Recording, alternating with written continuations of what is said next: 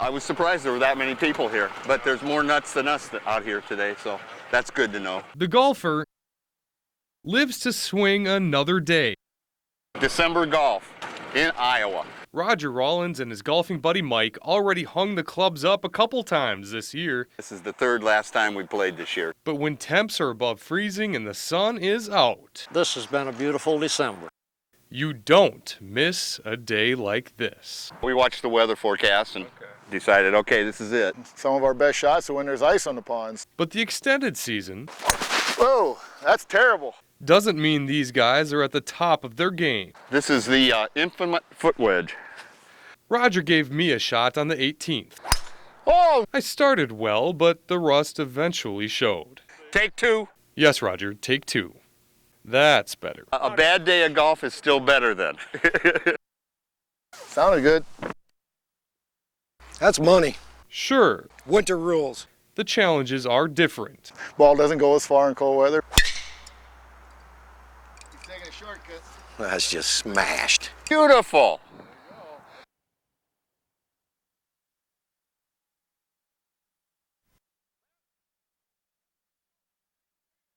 Actually, a group of Amp Guard. We're a medieval reenactment chapter. We're dedicated to film fighting and just athletic pursuits. Got both of you that time. You hit in the arm, you gotta put the arm behind your back. You hit in the leg, you gotta go down the knees. You hit in the torso, you're considered dead and out of the game. We win or ready? Lay out. It's ridiculous. It's supposed to be January. Last year we were fighting in foot-deep snow. Ready? Go! You put the newer folks in the middle, that way the folks on either side of them can help support them a little bit. Who won? We did. Good job. Good job, Slick. You can sit there and whack your friends with them and everybody goes home happy. It just goes until we get tired or until there's one person left and they're beating everybody on one side. Iowa City police officer is attacked. The struggle caught on dash cam. Help! Surveillance photos show the suspect in a nearby restaurant. And across Johnson County, a new crime fighting tool brings in the tips to his identity. Ultimately, it was very successful in getting that person apprehended. It is social media. Facebook and Twitter, new crime fighting tools for the modern digital age. The community is a little more techno-savvy with all the cell phones and computers. So local law enforcement agencies are getting social. Our police department initially started with Twitter, and that was about 4 years ago. Today, the number of Twitter users following Coralville police is around 900. It's great to have that kind of instantaneous connection with people in the community that you wouldn't otherwise have. It's a service law enforcement agencies are using a number of different ways. For example, letting you know when snow hits the ground or special projects in your community. But they're also using it as a way to fight crime. We're able to get out information, safety information, and self-protection information to arm our citizens, to arm our community, to better protect themselves.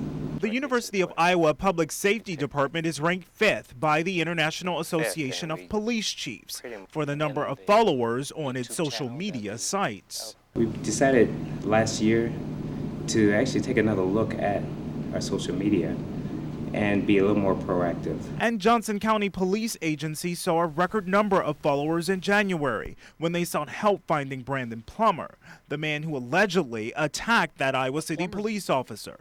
Like Facebook and Twitter, police officers know social media, and the way it can be used is evolving. Part of our goal was to continually change the face and update the social media to keep people interested.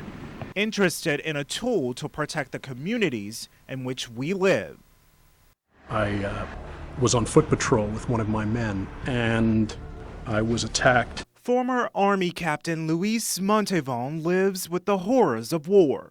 In the attack, I sustained what I would later learn to be a traumatic brain injury. The memories are laid out in his book, Until Tuesday, a story of how Tuesday, the golden retriever, helped him regain control of his life. Before Tuesday, I couldn't work. Before Tuesday, I couldn't sleep. Luis and Tuesday spoke before this packed crowd in Iowa City. The decorated combat veteran spoke on living a life after war and how getting help and asking for it are important. There's so much more to life, and if you can get on a healing journey, on a journey of healing, then you can be happy. So he's urging Iowans to get involved, to help local veterans who just might be in need. He's hoping the book, Until Tuesday, helps someone else find healing. Tuesday gave me my freedom, even from my worst fears. And by doing so, he gave me back my life.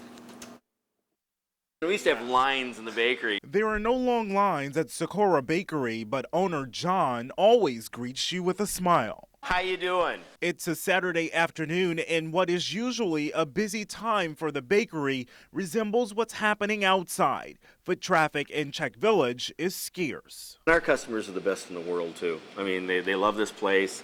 They'll wait for as long as it takes. The once vibrant Czech Village fell on hard times. The flood washed out the village staple, the Czech Museum, and because of that, businesses are feeling the pinch. Business is slowly coming back. There's so much history here in the village, but over the past couple of years, it hasn't always been thriving. But they're hoping once the museum is restored, so will business here in the village. Once the museum gets reopened, that will help a lot. Preparations are already underway for next summer's reopening date. Earlier this week, an old building was demolished, and even though it's not at its former glory, in the meantime, the lure of a tasty treat keeps the loyals coming and business owners happy about a new Czech Village future. Knowing that in July things are going to turn around and be a whole lot better, there's light at the end of the tunnel.